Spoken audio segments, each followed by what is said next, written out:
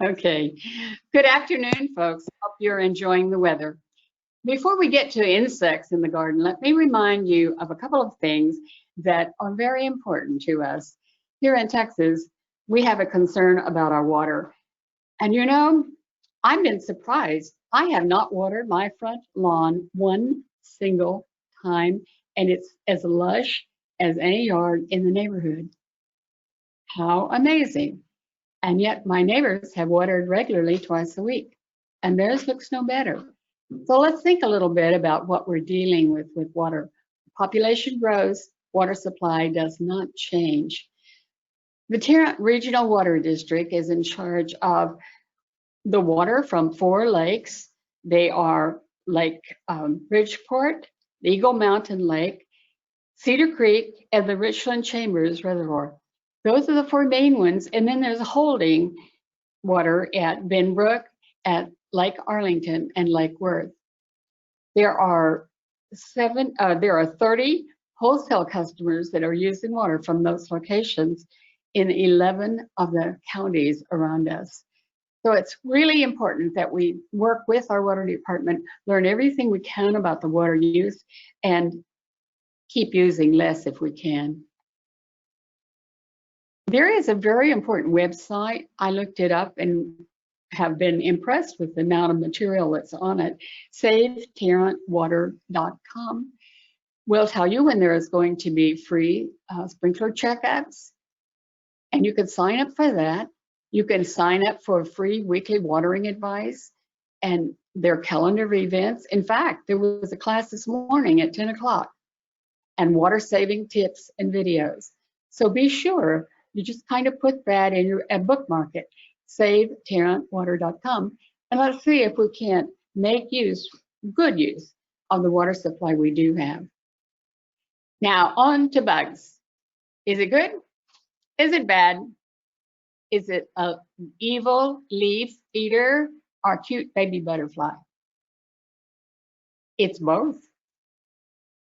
I knew a friend who said, I don't buy a milkweed unless it has some aphids on it because I want to make sure it's going to be safe for my caterpillars. And sure enough, when the monarch lays her eggs on those leaves and the little guy hatches out, the second he's out of that shell, he becomes an eating machine. He will completely defoliate the plants he's sitting on. But after he goes into a chrysalis and comes out as a beautiful butterfly, we all think it's the most beautiful thing. And yet, are we willing to give up the plants in order to have the butterfly? So he's good and he's bad, depending on what you're raising. Good or bad? Hornworm on a tomato plant? Maybe not so good. You might want to keep one of them, though, and let it turn into that beautiful little sphinx moth that you see in the evenings. But it's not a bad idea if these little parasitoids come out and the small fly lays his eggs in or on the caterpillar, and then it eats the inside of the caterpillar and pupates on the outside in these tiny little cones. So if you see those little cones, those little white things on the outside of a caterpillar, you can be pretty sure that their parasite's been eating on the inside of that critter. Good or bad? You have to decide.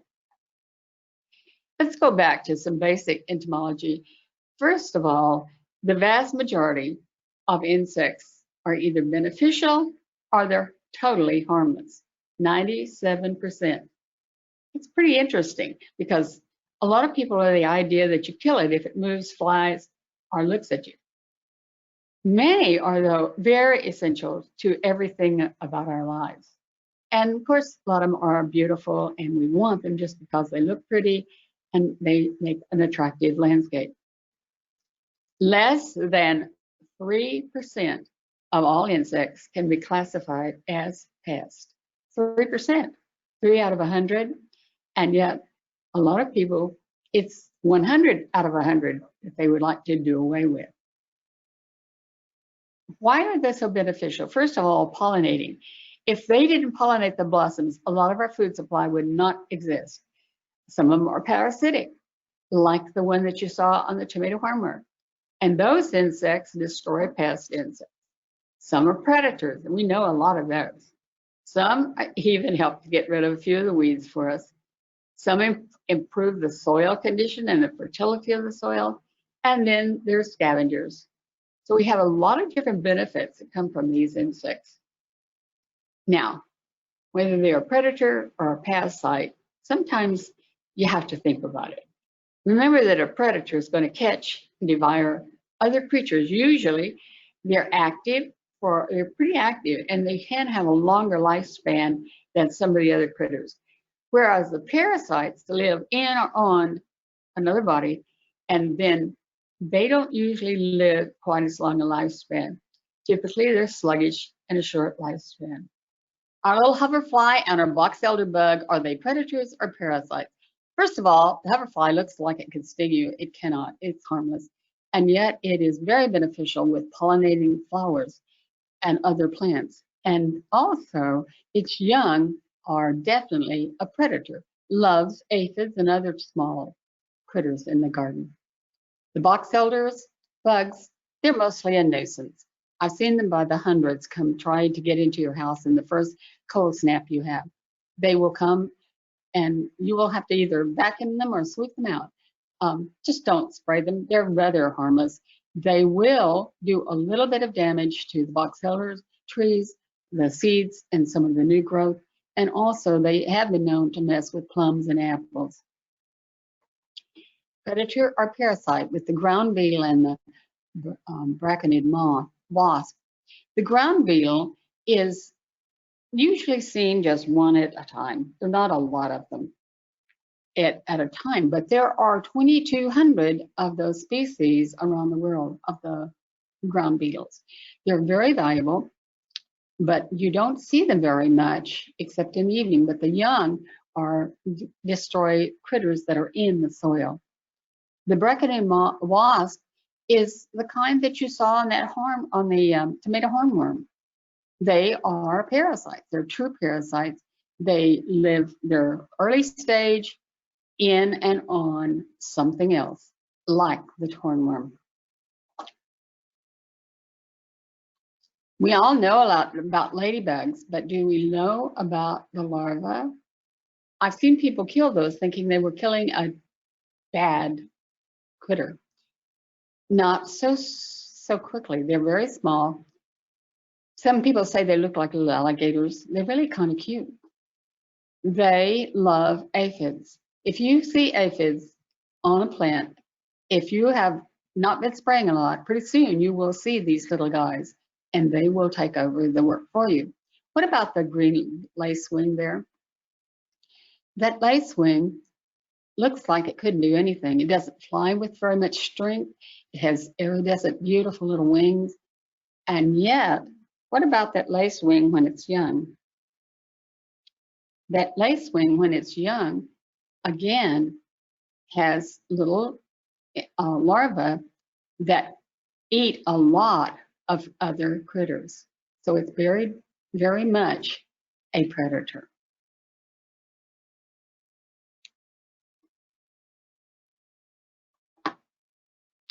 Now, you saw the ladybug in its immature form. Well, there is its other. What about the lacewing? I thought it was interesting that the lacewing is a very, very interesting little critter. Now, imagine that much smaller. I've only seen these one time. They seem to be pretty secretive, and yet I see a lot of the lacewing. So watch for this guy. Remember, he's your friend. Okay, let's go back and let's just do a little bit of botany. The animal kingdom is the phylum of Arthropoda, the insects and spiders, and 3/4 of all known animal species belong in that group. Then the insecta class, there are 4 things that we can think about and know that it's an insect. First, we know these 3 basic body parts and 3 pairs of legs and a pair of antennae. Sometimes they'll have another set. And most often they have wings as adults. There are about 17 insect orders, but we're only going to think about, these are the major ones, the dipteras. The flies, the mosquitoes, the lepidoptera, the butterflies, the moths, Hymenoptera, the bees and the ants, the coleoptera, the beetles and the weevils, the Homoptera, the aphids, scales, and hoppers, the Hemiptera, the true bugs, and the Orthoptera, the grasshoppers and crickets. So there we have a lot of what we see is going to fit in one of those classes. How do I classify them? Well, first of all, there are two major characteristics. One is the kind of metamorphosis or life changes that they go through, and the other is their mouth parts, whether their mouth parts are for chewing or whether their mouth parts are for sucking. Interesting. If we know those two things, we'll get down pretty close to what the animal is. Metamorphosis. First of all, you seen a silverfish walk across the floor or open a book that's been sitting on a shelf for a long time and this little tiny critter comes running out? I have. And it doesn't matter whether it's tiny, tiny, tiny, or whether it's, full size, maybe 3/5 of an inch, maybe, as the largest I've ever seen. They look exactly alike. There is no metamorphosis for those little critters. For springtails and for silverfish, no metamorphosis. Then we have one that's gradual. If you've noticed grasshoppers, they don't seem to change any. You almost think they have no metamorphosis, but they do. If you'll notice the little ones, and then as they get bigger and bigger, the little wing pads elongate. And by the time he gets to be an adult grasshopper, the wingtips are past the rest of his abdomen, and he's then a full adult. Then we have the incomplete metamorphosis. These are fascinating. Many of them spend their earliest time of their life in the water. They are like the dragonflies and the damselflies. And the critters that are in the water are very vicious predators, killing a lot of water critters that are, well, even mosquito larvae. And then at some stage, when they've reached all of the stages of the naiads that they need, they will, I've seen them crawl up out of the water onto grass or cattails, and you watch them and they split open and you have this beautiful dragonfly and damselfly. That's an incomplete metamorphosis. So which stage did they not go through? Well, go to the butterflies and you'll see they have all four of the stages. They have the eggs, they have the larva, and then they have a resting stage, the pupa. The pupa can be in the form of a chrysalis or a cocoon, and then when it has spent its time there, it turns into that gorgeous moth or butterfly that we so enjoy. Mouth parts, now that's a different story. I have a book that has blow-ups of these mouths. They are the most critical part, but they are either, depending on you, they are either the ugliest thing you ever saw or the most interesting thing you ever saw. You blew up the pictures of mouth parts. First of all, we have the chewing and the lapping ones. Well, that's our grasshoppers, our bees, our wasps. A lot of them are chewing, lapping mouths. And then they have flies. And the flies have this little sponge, and he kind of like sops it up. You ever watch one? I did after I realized they had a sponge. And they do kind of sop it up. It's interesting to watch. And then we have the piercing, sucking ones. That's like mosquitoes. They make a hole, and then they eat. And then, of course, you know, that last one is the butterfly, the ones that siphon with a little coiled siphoning tube. Fun to look at these mouth parts, but we usually don't take time to do that. Okay, what kind of mouth part do these guys have? What do you think? What about that aphid? What kind of mouth part? Gotta be. It definitely is a piercing, sucking one because that's what he does. He sucks all the liquid out of your plants. And if you park your car under a crepe myrtle, you know that he not only makes the hole, but he leaves a little water at the other end to drop to your car. And so there's honeydew, and any plant that has honeydew has probably got aphids. What about the grubs? The grubs have a chewing, very definitely chewing mouth part. So they are definitely one of those first set of ones. There's are some aphids. The aphids, if you notice, depending on the plant they're on, they're a different kind. There's a huge amount of different aphids. Each of them has a favorite plant or a favorite group of plants. If you notice the milkweed, which we have around here, the aphids that are on it are kind of an orangey color usually, and yet sometimes they're very light in color, but interesting patterns of these little guys. If you look at them closely, they're kind of attractive, and yet their whole job is to eat up your plants. What about these two? The little white flies and the mealing bugs. They're both chewing. And the loopers, of course, you know they're chewing on those green leaves. And some of the moths, this adult moth is also a chewing moth. Some moths do not even have a mouth part, and yet this one does. So knowing an insect order gives us something about we need to know about finding out more whether we're going to do anything with that critter. We find out his mouth parts, and that tells us what kind of damage he's going to do. Find out his life cycle, and then often the kind of habitat he has. Which plants does he get on? Which type of soil does he like? Let's look at some of the injuries. First, the chewing insects are going to often show external plant parts have been eaten off, or the hulls or skeletonized leaves. And you will see sometimes they eat the whole leaf. Sometimes they just mess up a section of it. And then the piercing, sucking ones will just pierce it, draw out the sap, and suck the plant from the plant cells. It leads to leaf necrosis or death of leaves. The leaves curl up often, but sometimes it's mostly discoloration and very sickly looking plants. We have some that are internal feeders, and you've seen them, these little leaf miners that if you look carefully at the little trails in the leaves, sometimes you can see the little critter at the end of one of the trails, and if you just take and press your fingers on it, you can eliminate that guy, but there may be several dozen more. But those are internal, they're inside those leaves. And then you have the subterranean ones, the ones who attack below the soil. Now even cutworms, I don't know if we call them subterranean, but they're right at the surface of the soil where they usually cut the plant into. And then sometimes where they lay their eggs might damage. Often I've seen tips of branches that the ends, about 2 or 3 inches of the ends, would die and sometimes fall off. Well, an insect was laying their eggs there, and that was on purpose. Okay, the kinds of some of the damage that you see is just a discoloration or hardening of something, like the trypsin.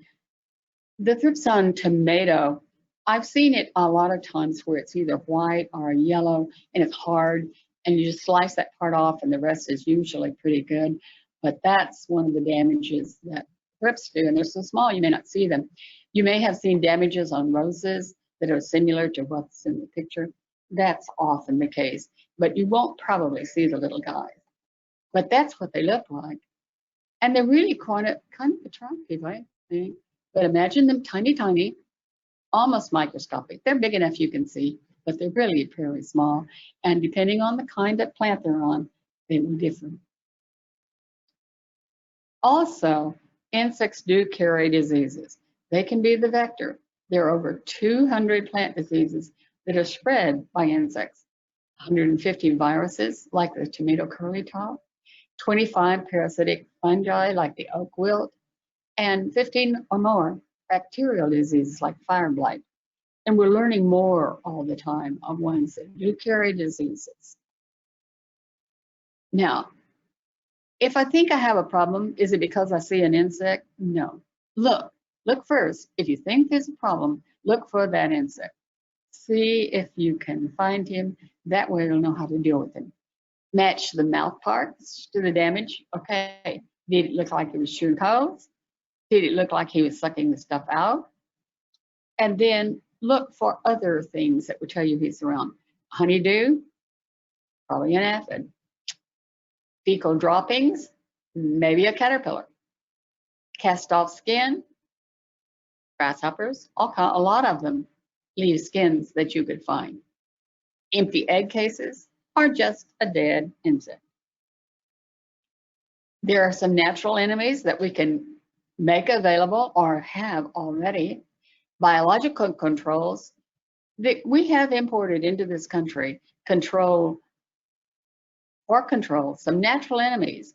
And unfortunately, we have to be very, very careful because what we bring in for a purpose often gets out of hand and becomes our enemy as well.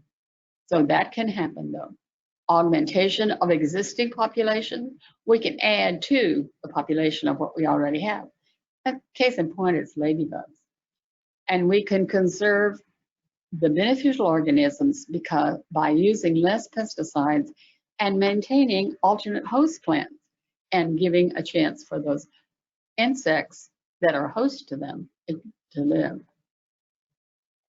All right, here's one that I don't know which category you would put this in, but let's think about it.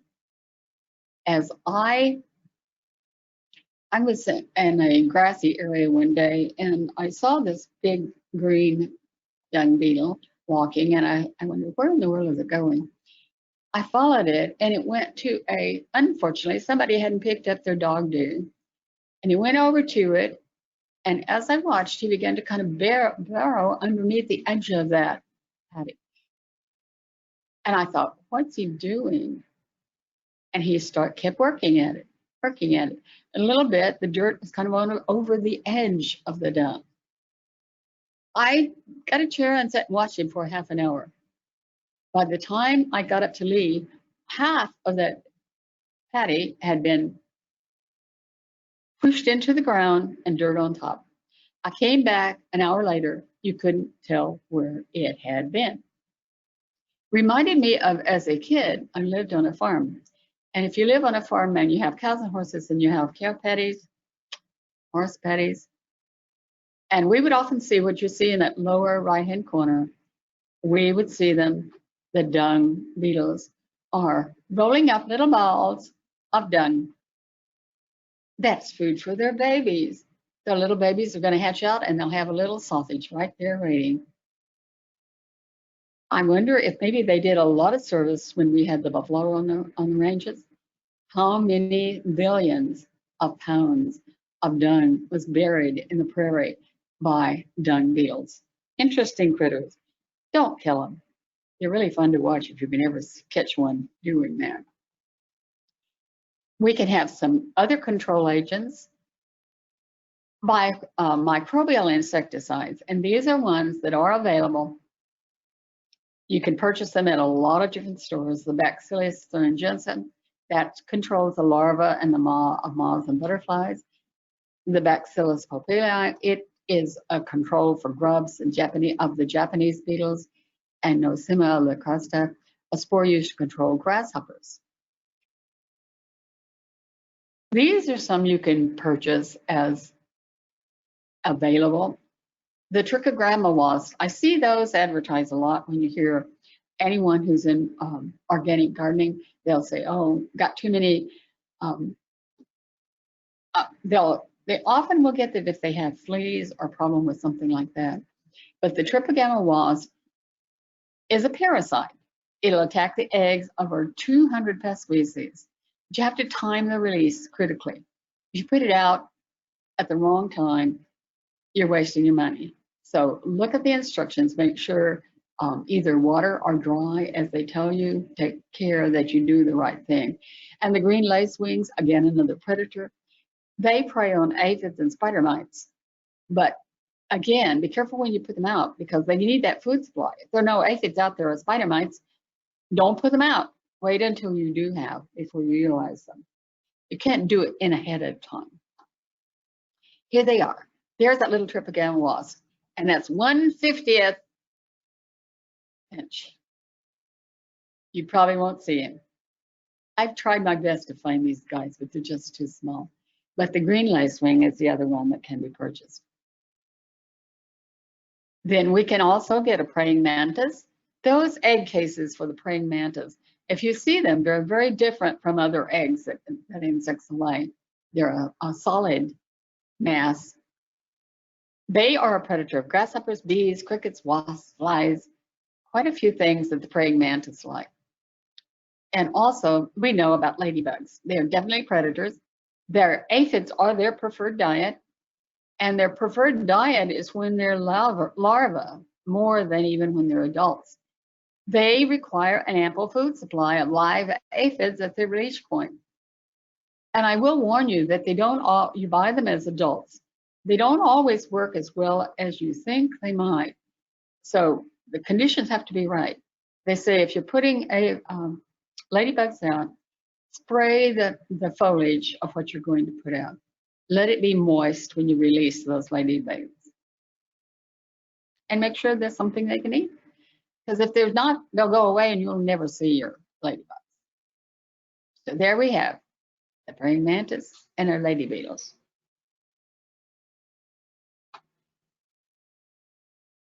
Here's a control or not a control. That guy there is an assassin bug.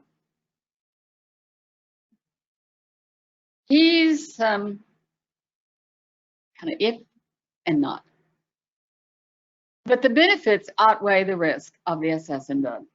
But let me tell you about the last assassin bug that I became acquainted with. I had some fennel and it was just gorgeous. At one time, I counted 18 of those caterpillars you see on that one plant. 18. I watched them every day. They got bigger and bigger, and I thought, right before they get full size, I'm going to grab some and let them pupate inside so I can see them emerge. The last day I went out, I said, tomorrow they'll be ready. The next morning I went out and no caterpillars, not a single one. And I looked around and looked around, and I finally saw that guy with one of them in his mouth, and he was sucking the last little bit of juice out of that big fat caterpillar. I didn't find the others. I found one skin. That was all. Whether the assassin bug or his neighbors got the rest of them, or a bird ate them, I don't know. But assassin bugs are beneficial, and yet at the same time, part of that circle of life, they have to eat something themselves, and sometimes it's not what we want to get rid of. The bottom shows the butterflies that they could have turned into the beautiful black swallowtail. If I'm going to use an organic insecticide, use the least toxic one. Whatever is the least toxic that can barely control your insect pest, and only low toxicity that's going to be okay for humans and animals. Be careful of your dogs and cats. Don't put them out after you've sprayed a lot, and use only when needed.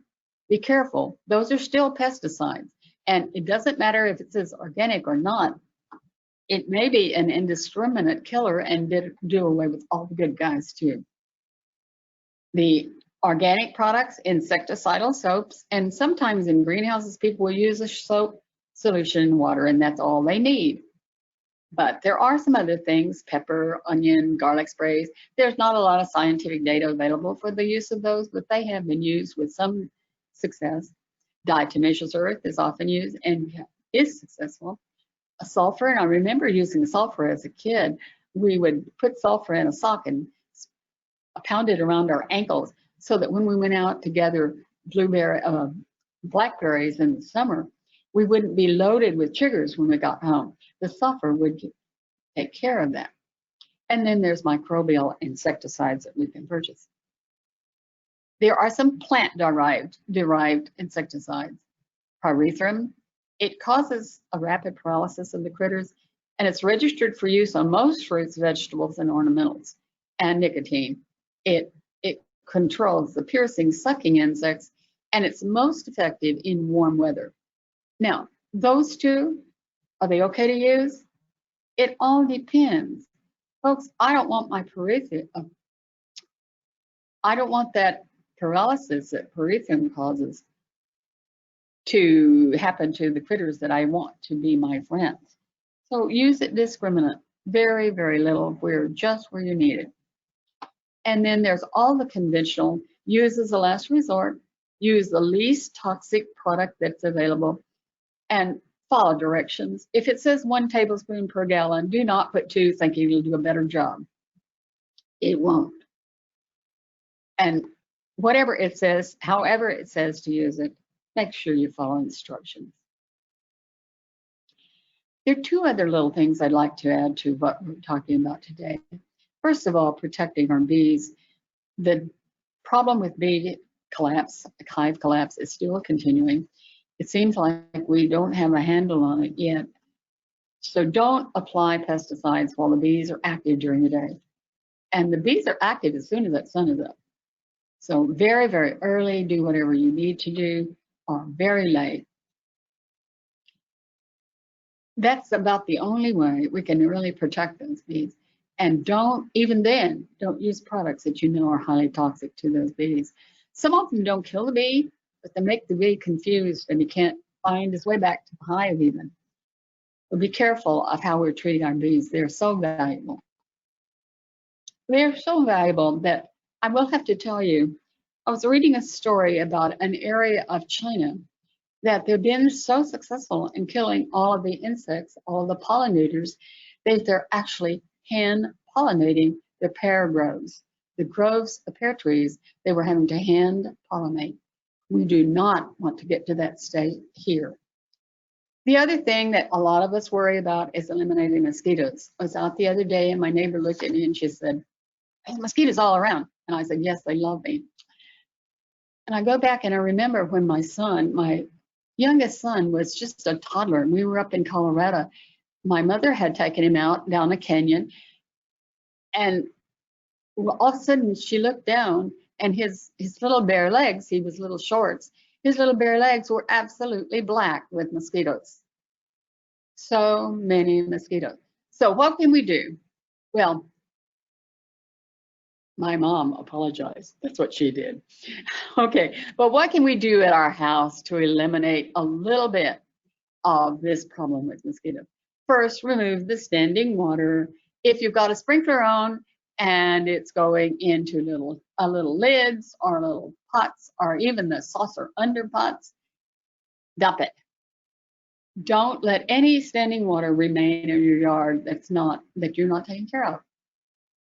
It takes only a little lid with an inch of water for hundreds of mosquitoes to come to full stage life and be biting on you. Wear protective clothing. Now, white and light colors seems to help.